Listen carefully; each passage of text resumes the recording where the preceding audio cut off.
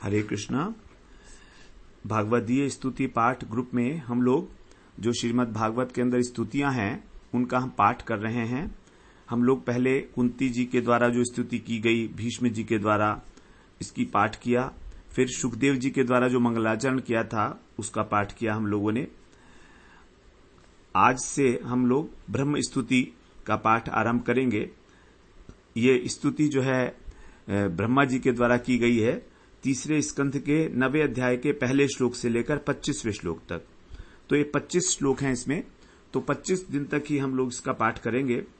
आज जैसे 7 मई है तो 7 मई से लेकर और ये हमारा 31 मई तक चलेगा पाठ। प्रतिदिन हमें इसका पाठ करना चाहिए। ब्रह्म स्तुति, भगवान की स्तुति करते हैं। ब्रह्मा जी जब प्रकट हुए थे नाभि कमल पर, तो उन्होंने नाभि कमल पर जब चारों ओर देखा तो कुछ भी उनको दिखाई नहीं दिया। वो समझ नहीं आया कि ये कमल जो है इसका आधार क्या है।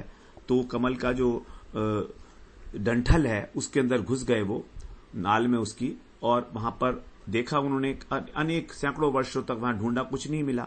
फिर वो ऊपर आ गए, भगवान का ध्यान किया उन्होंने।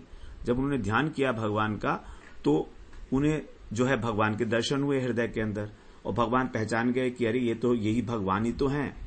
तो फिर भगवान की वो स्तुति करते हैं। कहते हैं कि जो आपका रूप है ये अपने भक्तों के ऊपर अनुग्रह करने के लिए, और जिससे मैं प्रकट हुआ हूं जिस नाभि से, वो कैसा है, बिल्कुल अद्वय है, अर्थात एक है और किसी और का अस्तित्व नहीं है आपके अतिरिक्त। और जो लोग साधना में ध्यान करते हैं उनको इस प्रकार का आपका दर्शन होता है। मैं आपको नमस्कार करता हूं, आपकी वंदना करता हूं। वे कहते हैं भगवान आप जो है कभी भी भक्तों के हृदय को छोड़कर नहीं जाते, क्योंकि आप भक्ति रूपी रस्सी से बंधे हुए हो। और जब तक मनुष्य आपके चरणारविंद का वर्ण नहीं करता तभी तक उसकी आसक्ति रहती है संसार में, और इसीलिए उसको भय, शोक, स्पृहा इत्यादि जो अनर्थ हैं, जो ये सब सताते रहते हैं।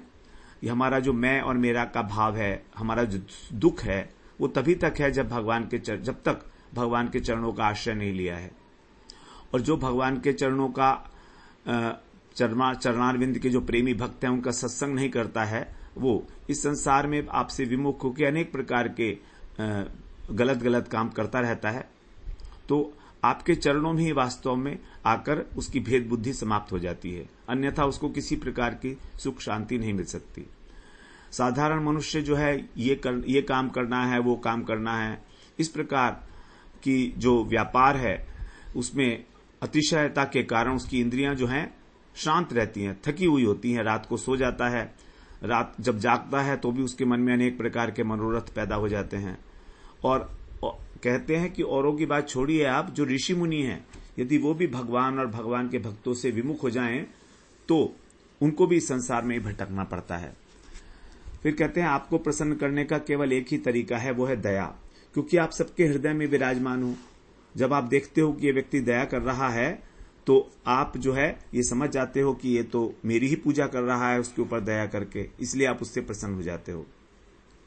और अंत काल में जो आपका नाम लेकर, विवश होकर भी आपका नाम लेता है, उसके कोटि कोटि जन्मों के जो पाप है तुरंत भस्म हो जाते हैं। हम लोग जो संसार के लोग हैं वो पाप करने में सुख मानते हैं, और भजन करना हो तो प्रमाद करते हैं, आलस्य करते हैं कि हमारे पास समय नहीं है। तो उनकी जो आयु है वो काल उसको काट रहा है। काल जो है ये भी आपका ही रूप है। मैं काल को भी प्रणाम करता हूं। मैं यद्यपि सत्यलोक का स्वामी हूं, ब्रह्मलोक का, और सारी सृष्टि करता हूं, तो भी मैं डरता हूं इस काल से, क्योंकि मेरी भी मृत्यु होगी। हमारी आयु भी 100 वर्ष की है, इससे अधिक नहीं है। तो इस प्रकार से ब्रह्मा जी भगवान की स्तुति करते हैं अनेक श्लोकों के द्वारा, और उसके बाद फिर शांत हो जाते हैं। तो हम उसी स्तुति का जो है आज पाठ करते हैं। तीसरे स्कंध के 9वें अध्याय के और पहले श्लोक से ब्रह्मा जी कह रहे हैं।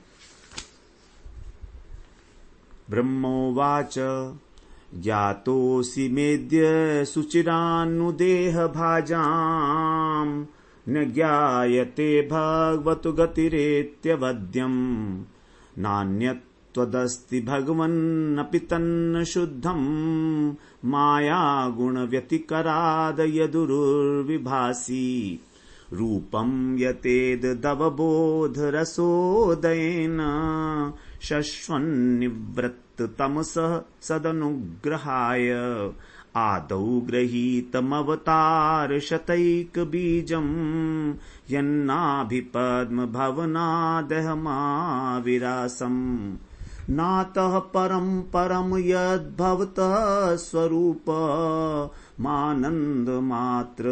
मात्रमविकल्पमवेद्धवर्चः पश्यामि विश्वसृजमेकमविश्वमात्मन् भूतेन्द्रियात्मकमदस्तु उपाश्रितोऽस्मि यद्वा इदं भुवनमङ्गलमङ्गलाय ध्याने स्मनोदर्शितं तं त उपासकानां तस्मै नमो भगवते नुविधेम तोभ्यं यानादृतो नरकभाग्भिरस प्रसंगै ये तु त्वदीयचरणाम्बुजकोशगन्धं जिघ्रन्ति कर्णविवरैः श्रुतिवातनीतं भक्त्या गृहीतचरणः परया च तेषां नाप्यैषिनाथ हृदयाम्बुरुहात् स्वपुंसां तावत् भयं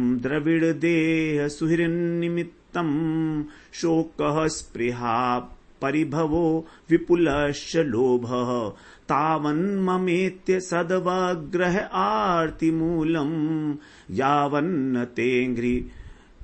यावन्न तेऽङ्घ्रिमभयं प्रवृणीत लोकः दैवेन ते हत धियो भवतः प्रसंगात् सर्वाशुभोपशमनद्विमुखेन्द्रियाये कुर्वन्ति कामसुखलेशलवाय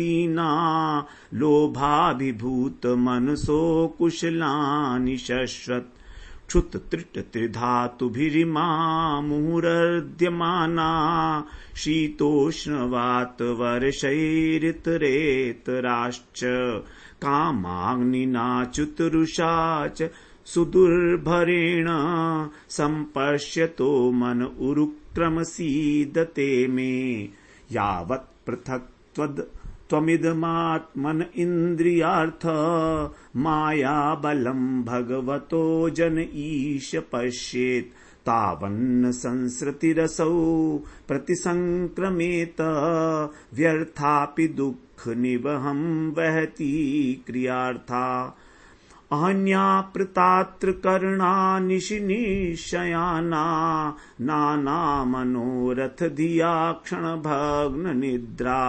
दैवाहतार्थ रचना ऋषयोऽपि देव युष्मत्प्रसंग विमुखा इह संसरन्ति त्वं भक्ति योग परिभावित हृत सरोज आसेषु ते क्षित पथो ननु नाथ पुंसाम् यद यद धिया ते उरुगाय विभावयन्ति तद्वपु प्रणयसे सदनुग्रहाय नाति प्रसीदति तथोपचितोपचारैराराधितः सुरगणैर्हृदि बद्ध कामै यत्सर्वभूतदयया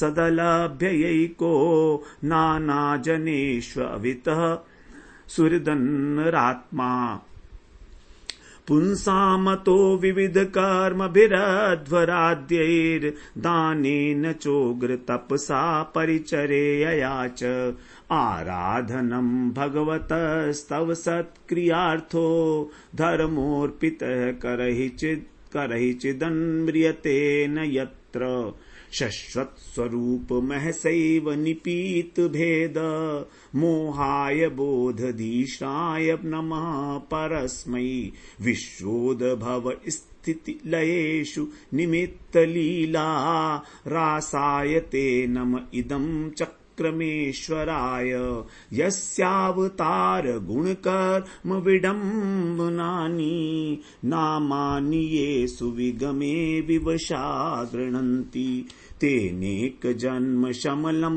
सहसैव हित्वा संयान्त्यपाव्रतमृतं तमजं प्रपद्ये यो वा अहञ्च गिरिशश्च विभु स्वयं च स्थित्युद्भव प्रलय हेतव आत्ममूलम् भित्त्वा त्रिपादववृध एक उरुप्रवोहस्तस्मै नमो भगवते भुवनद्रुमाय लोको विकर्म निरतः कुशले प्रमत्तः कर्मण्ययं त्वदुदिदे भवदर्चने स्वे यस्तावदस्य बलवानिह जीविताशां सद्यश्चिनत्यनिमिषाय नमोस्तु तस्मै यस्माद्विभेव्यहमपि द्विपरार्धधिष्णै मध्यासितः सकललोकनमस्कृतं यत् तेऽपि तपो बहुसवो वरुरुत्समानस्तस्मै नमो भगवते धीमखाय तुभ्यं तिर्यक् मनुष्य विबुधादिषु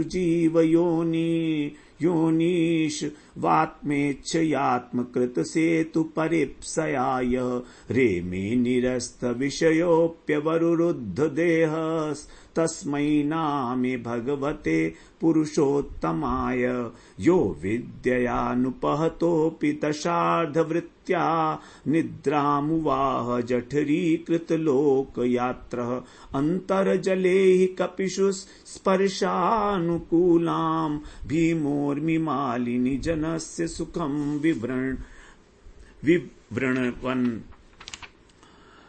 यन्नाभिपद्मभवनादहमासमीड्य लोकत्रयोपकरणो यदनुग्रहेण तस्मै नमस्त उदरस्थ भवाय योग निद्रावसान विकसन्नलिने क्षणाय सोऽयं समस्त जगतां सुहृदेकवात्मा सत्त्वेन यन्मीड्यते भगवान् भगेन तेनैव मे दृशमनुस्पृशदाद यथाहं सक्ष्यामि पूर्ववदिदं प्रणत प्रियोऽसौ एष प्रपन्न वरदो रमयात्मशक्त्या यद्यत् करेष्यति गृहीत गुणावतारः तस्मिन् स्वविक्रममिदं सृजतोऽपि चेतो युञ्जीत कर्म शमलं च यथा विजय्याम् नाभिहृदादिह सतोऽभ्यसि यस्य पुंसो